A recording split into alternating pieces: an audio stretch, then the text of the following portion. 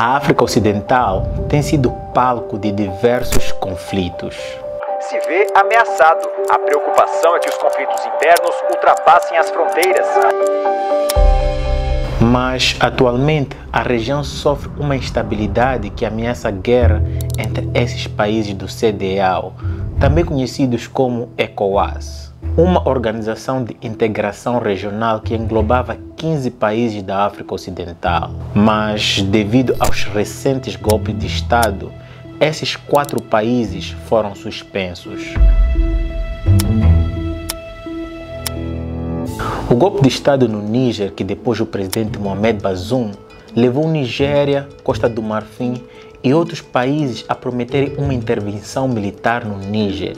E, em contrapartida, Burkina Faso, Mali e Guiné afirmaram que qualquer intervenção para restaurar o presidente deposto, Mohamed Bazoum, será considerada uma declaração de guerra contra eles. Essa tensão política militar está a chamar a atenção de várias potências, como a Rússia, China, Estados Unidos e potencialmente a intervenção militar da França. Mas essa tensão não é de hoje. A verdade é que este acontecimento é o resultado de sentimento de raiva, tristeza, opressão e ódio que tem sido cultivado durante anos. Hoje vamos falar um pouco da insatisfação da população, do golpe do Estado dos militares que estão a criar uma instabilidade política e perigo de uma guerra nesta região.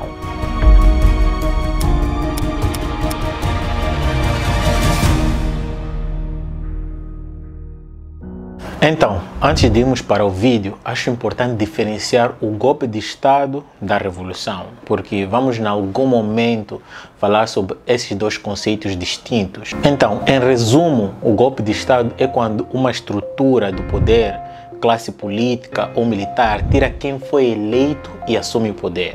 Os golpes de Estado podem ser violentos ou não e podem corresponder aos interesses da maioria ou de uma minoria. Enquanto que a revolução é quando a população se organiza sem ninguém que faz parte da estrutura do poder e assume o governo. Uma revolução é popular e emprega uma transformação social profunda.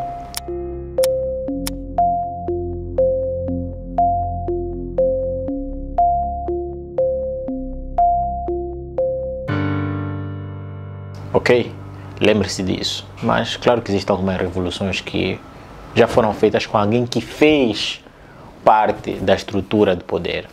Mas vamos a isso. Estamos aqui a resumir mais ou menos esses conceitos. Então, a presença da França em África começou no século XVI e XVII, principalmente por meio do estabelecimento de postos comerciais e feitorias ao longo da costa oeste africana. No entanto, o período de maior expansão colonial francesa em África ocorreu durante o século XIX e início do século XX, onde a França estabeleceu várias colônias francesas em diferentes partes do continente. A França chegou a ter 21 colônias no continente, mas até o final do século XX isso mudou. Entre as décadas de 50 e 60, essas colônias foram ganhando as suas independências, mas a diferença entre a França e outros colonizadores é que quando as colônias de outros países ganharam a independência, eles se foram, mas isso não aconteceu com as colônias francesas. A França arranjou um jeito de manter alguma dinâmica de poder sobre as suas colônias. Eles decidiram manter seu império na África Ocidental e Central intacto em quase tudo. A França manteve a sua presença nas suas antigas colônias de várias formas, sendo as mais importantes militarmente, financeiramente, politicamente e culturalmente. O plano era simples. Quando um país africano conquistasse a sua independência, era feito assinar um acordo chamado Acordo de Cooperação com a França. Estes acordos obrigavam os países africanos a dar à França direitos sobre os recursos naturais, permitir que a França mantivesse tropas em seu território indefinidamente e, mais importante, manter as moedas desses países ligadas à moeda da França, na altura o franco francês e atualmente o euro. Ao invés desses países africanos terem a sua própria moeda, eles deveriam usar o franco da Comunidade Financeira de África, o que agora é chamado franco CFA, basicamente colonizando o sistema monetário. Muitos da primeira geração de líderes africanos pós-colonialismo nas ex-colônias francesas foram essencialmente instalados pelos franceses para que colocassem as ex-colônias em uma posição que era extremamente vantajosa para os interesses franceses. Vejamos, quando Sékou Touré, presidente da Guiné, entrou no poder em 1958, ele foi apresentado um acordo com a França. Sékou Touré estranhou e rejeitou o acordo de cooperação com a França e declarou que preferia ser pobre em liberdade do que rico na escravatura. O governo francês decidiu fazer dele um exemplo. Cortaram alguns financiamentos para a Guiné e fizeram de tudo para desestabilizar a economia e o governo naquela altura. E outros países que negaram assinar o acordo entraram na linha. E é dito que a França até hoje escolhe alguns presidentes de suas ex-colônias. Então, com o sentimento de insatisfação da população ligados ao fato da França não ter abandonado o seu território desde a independência, estes sentimentos nunca mudaram, muito pelo contrário, eles pioraram e vêm piorando durante anos. Muitas gerações vêm encontrando estes sentimentos negativos e cultivando e passando para as próximas gerações. E este sentimento vem piorando pelas mortes causadas pelas empresas francesas que extraem os seus recursos de suas terras e não pagam quase nada por eles. Por exemplo, a França começou a explorar urânio através da sua empresa no Níger nos anos 70. E nesta altura, eles prometeram construir uma pequena cidade de Paris no país. Esta cidade nem sequer saiu do papel e ainda está por ser vista. Nos anos 2000, o Estado começou a negociar com a empresa para aumentar os seus royalties, visto que a empresa abusa ou abusava de incentivos fiscais. Nesta negociação, a empresa declarou que o contrato era justo e caso os royalties fossem aumentados, o negócio já não seria lucrativo. 6 anos se passaram e o Níger anunciou que renegociou com sucesso. A população ainda tinha dúvidas sobre os benefícios para o Níger no novo contrato, isso porque nem o novo e nem o antigo acordo expirado foram divulgados. O recém-eleito presidente do país na altura, Mahamadou Issoufou, disse que os acordos eram um retrocesso à era pós-colonial. Em 2016, a Areva, empresa de urânio francesa, liberou pela primeira vez os pagamentos que a empresa faz aos governos onde está o urânio, como parte dos novos regulamentos da União Europeia. No Níger, foi pela primeira vez que o público teve acesso aos pagamentos e os resultados foram surpreendentes.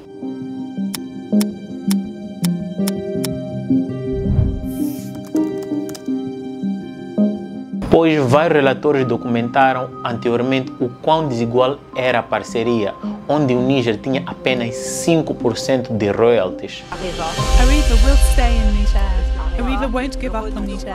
Mas a desigualdade não parou por aí. Em uma parte do norte do país, as comunidades pastoris como a etnia Tuareg sobreviveram com seu gado por gerações. Mas a geração atual não é tão afortunada quanto os seus antepassados, porque o ar, a água, a terra estão poluídos e os animais estão constantemente a morrer devido à contaminação com a poeira radioativa. Claro que a população já protestou várias vezes, mas sem nenhuma mudança.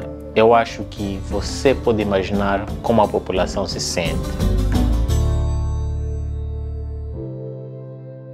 Ou seja, o povo está cansado da opressão, da violência dos terroristas e dos seus políticos que não resolvem os seus problemas e parecem ser corruptos. Em todos esses países, os militares prometeram resolver esses 3 problemas que eles têm em comum e um quarto, que é a crescente divisão que está acontecendo nos seus países. E é por isso que estes golpes de Estado têm tido um grande suporte da maioria da população. A verdade é que os países que foram colonizados pela França claro que não só os países que foram colonizados com a França, continuam pobres, com pouco ou nenhum desenvolvimento social e econômico, e esses povos culpam a França por isso. Em 2011, houveram 2 acontecimentos que influenciaram significativamente na situação atual dos países da região do Sahel.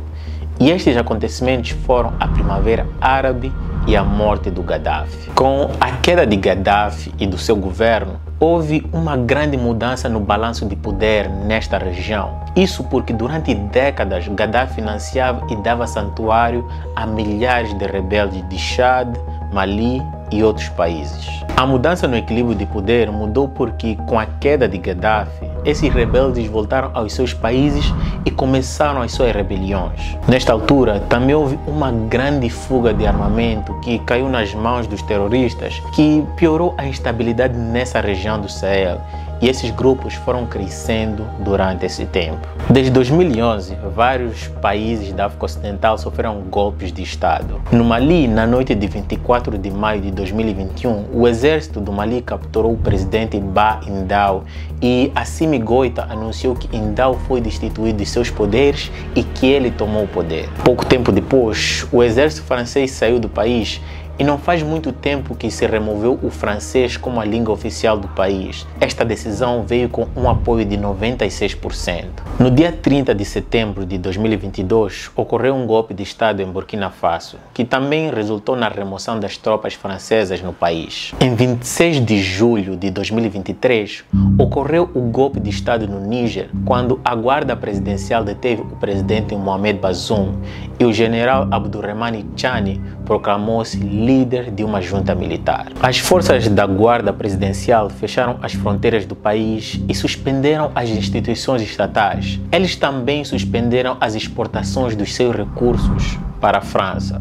Este ato levou a Nigéria, junto ao CEDEAO, a dar um ultimato a Níger para que os tropas devolvam o presidente ao poder. Caso essa ordem não seja obedecida, haverá uma intervenção militar da Nigéria e alguns países do CEDEAO. Bem, essa resposta militar rápida vem também de uma estratégia do CEDEAO para o general Abdourahmane Tiani não ter nenhum tempo suficiente para consolidar o seu poder. Esta decisão da Nigéria foi bem estranha, tendo em conta que quando estes outros países sofreram golpes de Estado, a Nigéria não deu esse ultimato. O CEDEAO simplesmente cortou relações com eles. Então, o que está a motivar a Nigéria a dar esse ultimato ao Níger? To address the situation that we have in the Niger Republic, threatening our authority.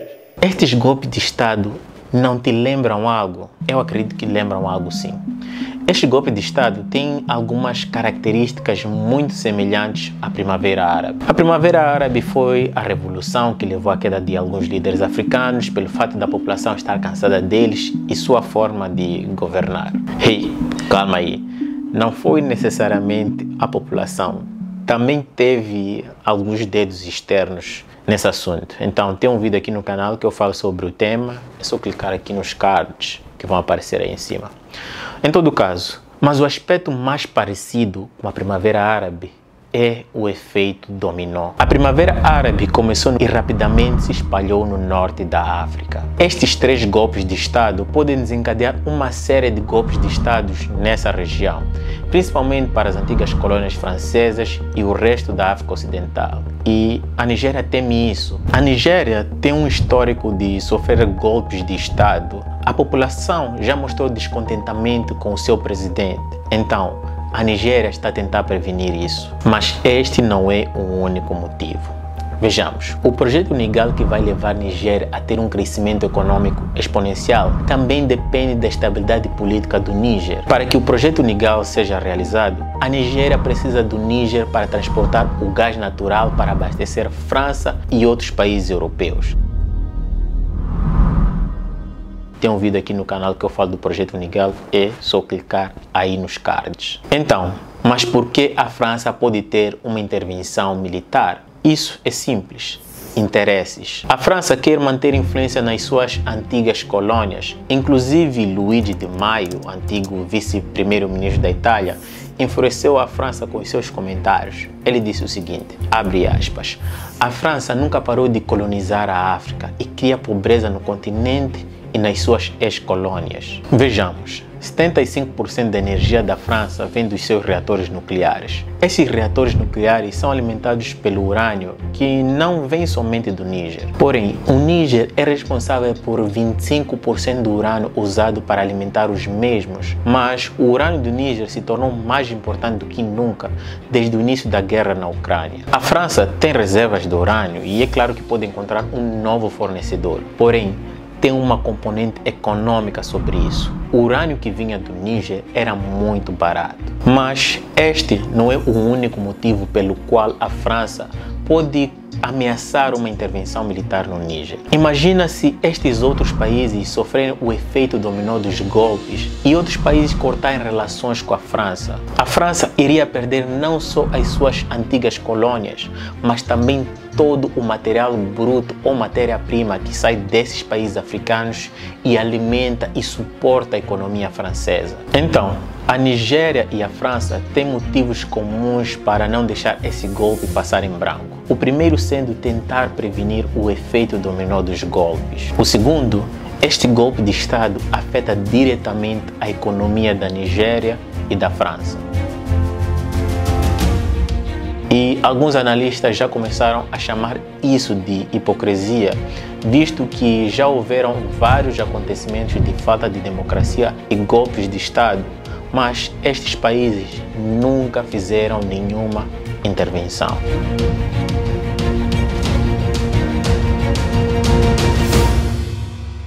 Então, o nosso vídeo acaba por aqui. Não sei se até a publicação deste vídeo, dessa nossa conversa, terá se desencadeado uma guerra, mas eu rezo, espero que não. Mas, claro, a conversa ainda continua. Então, diz-me aí o que você percebeu, o que faz mais sentido agora para ti. Deixe-me saber aí nos comentários. E claro que o grupo Wagner, a Rússia, também tem seus interesses nesse conflito. E se você quer saber qual é o papel da Rússia nisso, deixe-me saber aí nos comentários. Mas uma coisa é clara, a Rússia também tem interesse no urânio do Níger. A gigante estatal de energia atômica russa, a Rosatom, está a construir a primeira usina nuclear no Egito e Uganda também quer iniciar o seu projeto. Então, a Rússia sim tem interesses, e não só esses, outros também. E quanto ao ECOWAS, até o momento, ECOWAS impôs sanções imediatas ao Níger, desde bloqueio de fronteiras, como parar transações financeiras também e congelamento de ativos. E de momento não consigo ver como o Níger pode sobreviver economicamente e manter a sua segurança alimentar, sendo que nem sequer tem saída para o mar e depende de alguns países vizinhos. E quanto à sua soberania, a verdade é que será extremamente difícil o Níger manter a sua soberania pelo número de países que estão contra eles. E neste momento o Níger tem mais inimigos que aliados e seus inimigos são fortes. Vejamos, França tem 1.500 militares e Estados Unidos tem 1.100 e uma base de drones dentro do Níger. E se eles decidirem apoiar o ECOWAS militarmente, eles podem começar o ataque internamente e não nas fronteiras como é o que é esperado, né? Destruindo a integridade do país. Mas se isso acontecer, talvez teremos uma outra Líbia em nossas mãos e os únicos vencedores desse conflito, na verdade, serão os terroristas que terão ganhado mais espaço, mais território nessa região. Então é isso. E quanto à União Africana? Então é isso. Mais uma vez espero que essa situação acabe logo e sem guerra. E é isso. Nosso vídeo termina por aqui. Meu muito obrigado. Por favor, não se esqueça de dar aquele soco no like, partilhar com mais pessoas, no mínimo umas 5. E é isso, se você quer apoiar ainda mais esse canal, por favor, torne-se membro do canal, isso ajuda muito, ou membro do Patreon, para dar suporte a esse tipo de conteúdo, não é? E é por aí, meu muito obrigado, Koshikuru, Asante Sana, Kanimambo, é só o começo, tamo juntos, peace.